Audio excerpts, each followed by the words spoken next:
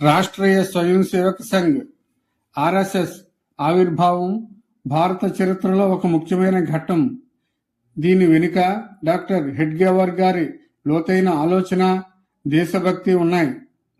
1920 దశకంలో భారతదేశంలో ఉన్న పరిస్థితులను చూసి డాక్టర్ హెడ్గేవార్ కలత చెందారు. హిందూ సమాజం కులాలు, ఉపకులాల పేరుతో విడిపోయి బలహీనంగా ఉండటం, విదేశీయుల పాలనలో భారతీయులు తమ సొంత సంస్కృతిని, శక్తిని మర్చిపోవడం గమనించారు. కేవలం రాజకీయ స్వతంత్రం వస్తే సరిపోదని, సమాజం అంతర్గతంగా బలంగా ఉంటేనే ఆ స్వాతంత్ర్యం నిలబడుతుందని ఆయన భావించారు.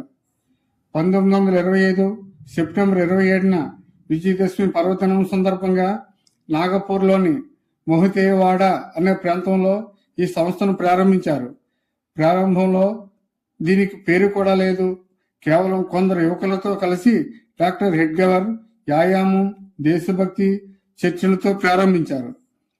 1926 ఏప్రిల్ 17న జరిగిన సమావేశంలో ఈ సంస్థకు రాష్ట్రీయ స్వయం సేవక్ సంఘ్ అనే పేరును ఖరారు చేశారు.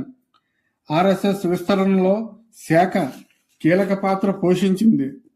ప్రతిరోజు 1 గంట పాటు మైదానంలో అందరూ కలవటం, అందుబాటులో ఆటలు, వ్యాయామం, దేశభక్తి గీతాలు, దేశ పరిస్థితులపై చర్చలు జరపడం జరిగేది. దీని ద్వారా వ్యక్తుల్లో క్రమశిక్షణ, సమయపాలన, సోదరభావం పెంపొందించడం ఆయన ప్రధాన వ్యూహం.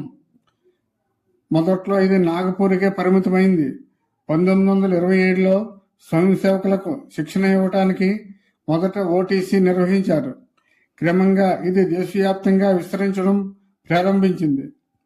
1930 నాటికి ఉత్తర భారతదేశం, దక్షిణ భారతదేశంలోని ప్రధాన నగరాలకు చేరుకుంది. హిందుస్థాన్ అనేది హిందువుల దేశం. అయితే సంఘ దృష్టిలో హిందూ అంటే కేవలం ఒక మతం కాదు, అదొక జీవన విధానం. ఈ దేశం పట్ల భక్తి కలిగిన ప్రతి ఒక్కరూ హిందువులే.